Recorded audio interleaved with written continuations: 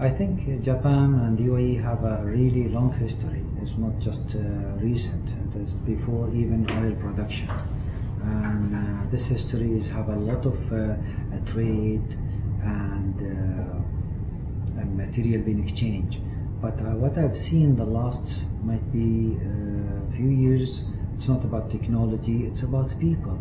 I think Japan did a lot of effort and collaboration between different countries. But with the UAE, I've seen now, I'm really impressed to see most of the university students, they have union called Sakura Club. They have activities, they love Japan because of manga, because of the cartoons, because of the innovation, because of martial art. These are the young people now, they're sharing stories and hobbies with the Japanese, friendship. I think this is real investment. If we think about the youth, they will be the future leaders. Let's think about how they can sustain this relationship in terms of economy, in terms of social, in terms of environment, in terms of well-being. And Japan is a very wealthy country, not about resources, about people. As well, we do have in the UAE very wealthy people about values. I think let's put the common values together and build the two nations together. This is, will be more ahead rather than just political. Political is there, trade is there, the grassroots relationship will be unified and it will be sustaining for longer life.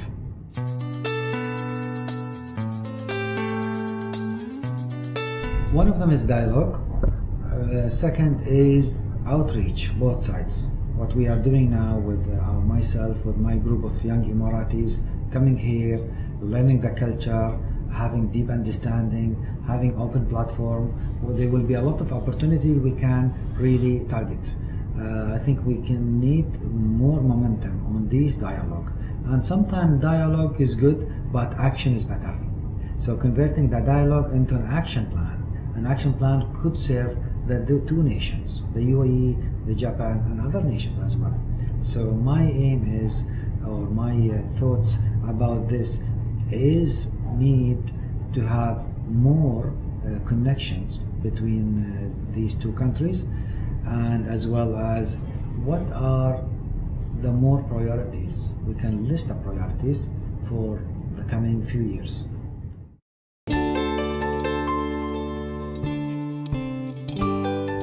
I think Japan did a good business trading with the Middle East. You know, vehicles, textile, machines, electronics, all this material. But what we need now, building capacity, especially in the Middle East. In some countries, the infrastructure is gone. So I think with Japan, they already have the expertise. And we need the expertise, the technical, the know-how, how can be delivered and transformed to this country and to be independent. Selling and buying, this is it's okay, but we go higher than that, is building people. And building people, you need capacity building. I'm sure Japan have innovation, they have technology, that's one side, but the most important are people there behind them. Make this happen. So East and Middle East, we have a lot of things to share beyond material, people.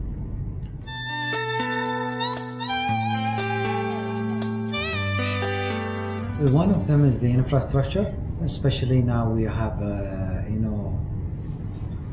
less resources of water. We desalinate most of the seawater, and seawater from the Gulf is so small and has a lot of impact of oil pollution. Ship comes in 100,000 per week and per month coming in and out through this Hormuz entry and the strait. That will impact the water. Second, the UAE is so growing too fast, but Japan can bring technology which can be set for remote areas. Set could be for areas where are needed for using less energy. That could be a unit. The other thing is building sustainable entrepreneurship, how to make business for young people. Instead of working in the government, they can be a more in sustainable business. So the other thing, I'm bringing some companies, they can have expertise and sharing with the young people as a could be partnership or things could work in a business more sustainable. In the community, we need like what you do here in Japan, the social cohesion, so powerful. We do have similar, but there are sometimes pattern or metrics could help or could exchange. We have some good stuff, Japan have some good stuff, but we can learn and share together, especially as a group. Japan is one of the unique, which is really I inspire, is teamwork. So I think we need to have more teamwork between our companies, between our society, we do already have, but the Japanese model very successful, comes from social tribal structure, which is good. A group successfully is not one person, as a group will have a full success. So that's another one. The other thing is about education. Education is so important. It's not a matter of reading and writing. It's a matter is that knowledge is an asset. How Japan built this nation based on two things, based on education and based on law. How can every individual can have knowledge and can have personal, law to be a self-policeman. You don't need policeman, so you have already built in. So I see Japan is a high mature country. Everyone have a rights, everyone know the rights, and everyone are equal with others. So if we can combine these, we already have it, but we share with that.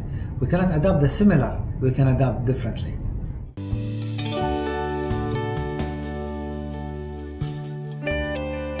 One of the environmental issues is the coastal line. In the Gulf region, most of the environmental issues, especially in the marine life, it affected the marine lives, and there are a lot of the tourist destination. When they done tourist destination or tourist resorts or projects or development, it's could impact, the shoreline impact, the coral reef impact, the marine environment. I think this is very crucial in the coastal line area. One of the other challenges is the waste. And waste, still there are some regulation, but the waste, still the treatment is not within the standard. They are less than standard, being influenced into the sea or into other streams, which contaminate some other resources, some other land. So these are two challenges with the waste and the coastal lines in the Gulf. And the third one is consumption. And the consumption is very complicated, based on behavior change. You cannot change the culture about consumption because the market is open. They have a lot of packaging, so we need to think about recycling this packaging. I think Japan is very pioneer in this, to use all the packaging system to have a new industry. In terms of plastic, plastic is one of the dangerous waste. Plastic. The second is the cans could be used or reused. The glass, paper, organic waste also can be used as a compost, as fertilizers. So I think is the challenge is the waste, consumption, environmental coastal line, as well as the number one issue is water.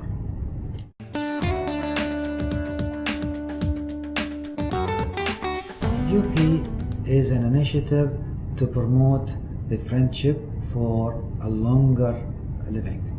What I'm saying is bringing an Emiratis, UAE, and bringing a Japanese, because these are young generation, they will be leaders. So I think this initiative is our dream is to have one nation. It doesn't mean one nation is everything is the same, no. It could be the very high diversity, but they have one mission for one planet, to save, to protect, and to enjoy. So Juki might be starting the UAE, we could start for the Gulf, and might be bringing a Japanese young leaders from Japan to UAE and the Gulf, and then we will select the best. They going to make their own dreams into Juki. I will not make the dreams, I want them to make the dreams. Then we guide them, to show them, to support them, and let them to make that dream very mature.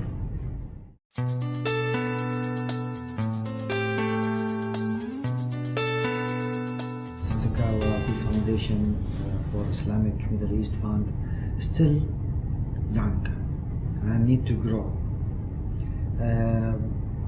By doing themselves, they might be a little bit challenges or struggle. But if they do like partnership with similar groups, might be not in Japan, could be another country with the same vision, same mission, that can have a partnership. That's one area. And the other area, to see what other people expecting from us, what they want from us, rather than we provide. Sometimes we provide and could be not useful for others, but listen to doing some survey, small research, right, to identify what other people are interested in, so we can design something. So I think these are two things: the collaboration and partnership, and the other thing, the client. Who our client? Who our target group? And why we exist? We have certain values, we have certain program to implement. But is this enough? Is this capable? Is this suitable? We need to see the other hand, which is the other end of benefit of people or society or countries. So from that, both we will have a better movement.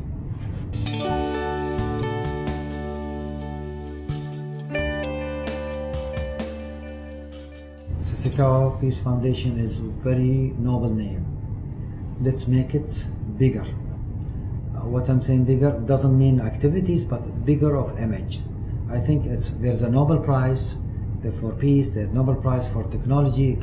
So our young leaders globally could take that initiative to be a representative of peace. I think will be a word will be good.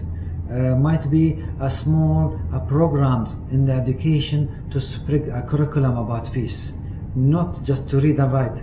Action. What I'm saying, action curriculum is a program they had fun. My child, the second boy, with one African, one Finnish from Finland, one another. So they're playing soccer, they're playing peace. So how we can spread peace in every subject in our life, in sport, in family, in friendship, in eating, and even cinema, entertainment. How we can do this? I think this is a big role for Sasakawa Peace Foundation to spread the message peace without telling peace, through games, through fun, through education, through entertainment, and that's the young people will love it. But if you tell them peace, let's make like this, it's fine, but this is traditional. Every time things changes, so we need to change. We could have a peace on tweet, peace tweet. Could be Facebook, only special for peace, globally. You will see 1 million of people will come. Could be 1 billion. That's another thing. And now social media. You want to attract young people, send them peace through social media. They will be impacted.